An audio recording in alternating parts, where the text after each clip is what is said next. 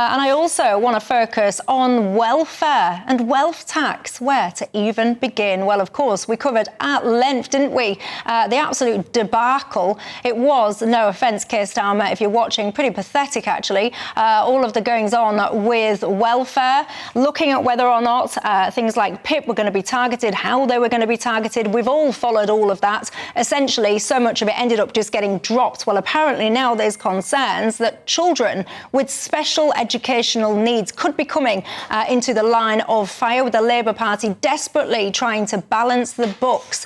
This, Barry Gardner, you know, Labour Party were asked at the weekend about these EHCPs. Basically, when a child's got additional needs, they have a legal requirement to get support, specialist support within their educational settings.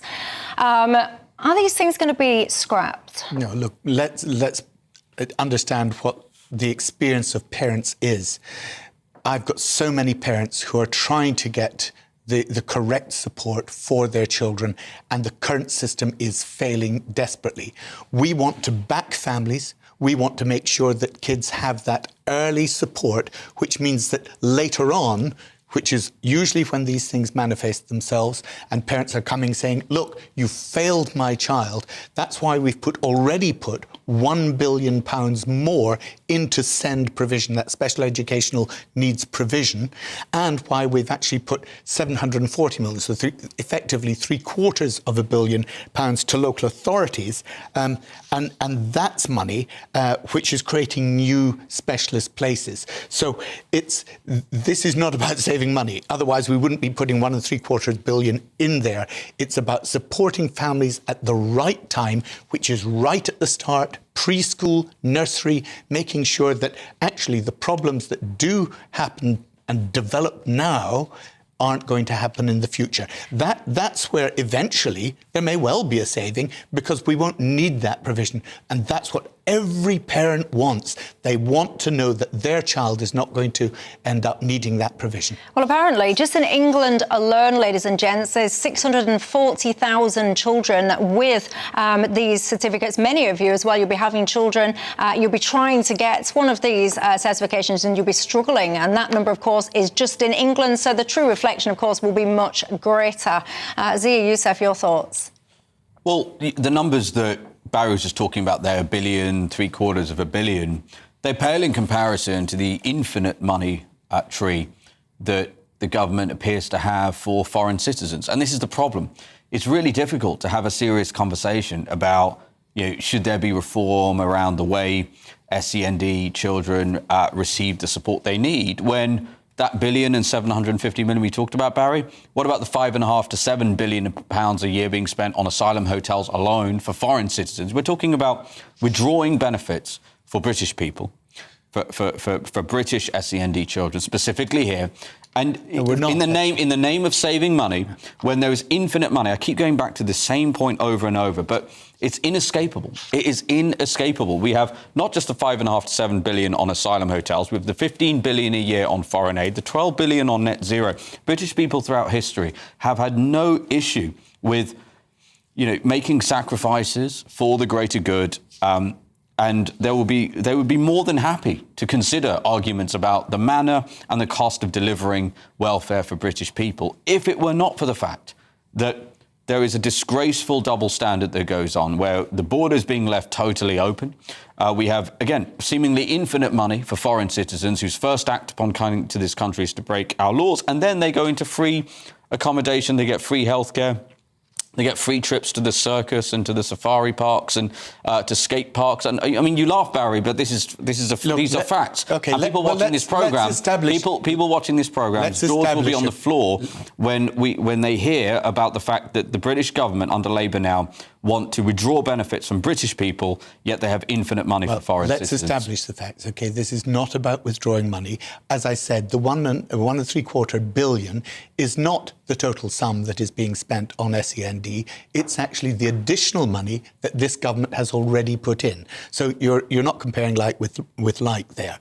But look, I'm pleased if what I'm hearing because you haven't criticised this extra provision, you haven't criticised the fact that we are trying to start this early, doing it before kids even get to school with these new Best Start hubs. And, you know, one of the great things that the previous Labour government did was Sure Start.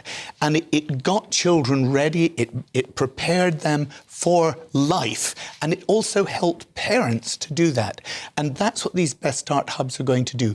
And now we're in a different generation. We've got AI. We're able to connect parents up through those hubs digitally as well to make sure that all that support is in place. And I would simply say to you, look, don't you think that's the right thing to do, Zia? That here we can support families, support them to make sure that their children don't develop those educational needs, that they're ready for school, ready to start on day one when they go into that primary classroom. No, I wouldn't, because the auspice upon which all of this is being done, Barry, number one, is being done through the auspice of looking to find savings. No, it's not. Because there are enormous amounts of money. Well, they absolutely are, because it's Barry. You've got to be honest here. This is all part of a big attempt from this Labour government, led by Keir Starmer and Rachel Reeves, to reduce the amount of money, or specifically, actually, reduce the growth rate in welfare spending in this country, which both have basically said is out of control. Now, clearly, Keir Starmer is losing that argument, as we've seen, which is why we saw, somewhat tragically, the Chancellor of Exchequer of the United Kingdom in tears on the front bench. Clearly, there's turmoil inside the party, but this is my point. So long as British people are being betrayed writ large by this Labour government, there can't be any serious discussion about welfare reform, because everyone in this country is going to turn around and go, well, how come you want to take support away from my child who has a special educational need, when there seems to be infinite money for people, largely young men, coming across the English Channel illegally, Barry? As I said, it's not taking away support. It's providing £1.75 billion extra for these children. Not only that, it's putting those hubs in place for families. And above all, if it were simply, I mean, you've actually said that the welfare spending is too high. So, you know, you're arguing against your own position. And what was it Nigel Farage said about diagnosing children with additional needs? He said it's creating a class of victims, and a party spokesman blamed naughty children and bad parenting. That parents watching this, understanding that your party has said that their child's special educational needs are a result of bad parenting and naughty children, they'll think, you just don't know what ordinary people's lives are like. They are struggling with these needs for their children. They're struggling to get the support. What this government is doing is providing it. OK, so just to be clear, Barry, you're claiming that as a result of these policies, more money will be spent on welfare for SEND children, not less. Is that what you're saying? No. OK, well, that's what you just said. So you are reducing spending. It's not what I just said, and let me cash it out for you if you were confused about it in any way, Zia. I am often confused, Barry, so please do. What I've said is that if you spend money on prevention, if you get children early, if you make sure that that support is in place right from the beginning, then the problems that at the moment are manifesting themselves as a result of a failure. I'm still not hearing an answer to my question. This is the answer to your question. Is spending up or down? This is the answer to your question. Then ultimately, at the end of the day, you're not going to get those same problems that you need to spend billions on at the end of the day. But it's getting it right, it's supporting families, it's supporting children. And this is not about some Johnny-come-lately scheme. If you look at our manifesto, if you look at what Bridget Phillipson set out there about supporting families, about best practice hubs, about the sort of Sure Start Mark II, that's been there right from the beginning. So it's absolutely a commitment that we made to the electorate. It's a commitment that we were elected upon, and now we're delivering. Do you think people voted you in to cut welfare spending? Do you really think that's what people voted Labour for? And I want to answer this is my fundamental question, Barry, because you haven't answered it. Do you think they're voting for reform to cut welfare spending? Because that's what you've claimed. Barry, what I'm saying is this: the whole auspice upon which this has been generated and is now being discussed and put forward is on the basis that welfare spending for British people needs to be cut. And it's still unclear. Are you saying that the net cost of the Exchequer will be up or down? Will it be up or down as a result of this? You are absolutely wrong. wrong. That One is word, not up the or down, premise. Barry? That is not the premise, okay? That's not Okay, the but reason. you're not answering the question. I We am both know answering it's the gonna go question. down. You just don't like the answer, Zia. The answer is that ultimately it will cost, the whole system will cost less because we're putting more money in the beginning in prevention. So you're reducing spending. And ultimately it will therefore cost less. So you're reducing spending while spending on foreign citizens continues to spiral out of control, Barry. And that's the fundamental problem.